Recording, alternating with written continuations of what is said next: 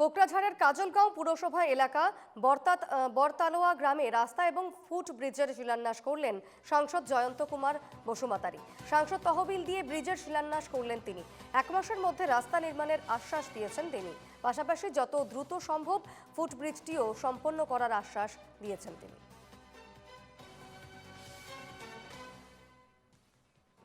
হয় মোৰ উন্নয়ন পুঁজি 2024-25 ইয়াৰ MPLAD যেটো হয় এই উন্নয়ন পুঁজি দি এই ৰাস্তা 350 মিটাৰ ৰাস্তা কৰাৰ কাৰণে মই যত্ন কৰিছোঁ। আজি ইয়াৰ আধাৰশিলা স্থাপন কৰিলোঁ।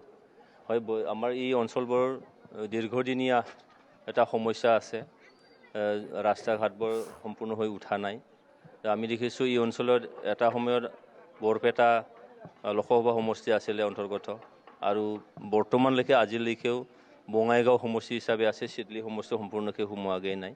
তেনে ক্ষেত্ৰত এই অঞ্চলৰ ৰাস্তা ঘাটবোৰ বা তেনেকৈ যাতায়াতৰ ব্যৱস্থা যিখিনি ব্যৱস্থা কৰিব লাগে সেইখিনি নিশ্চয়কৈ হৈ উঠা নাই।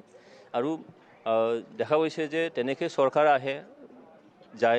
আহে যায়, স্বাধীনতাৰ 75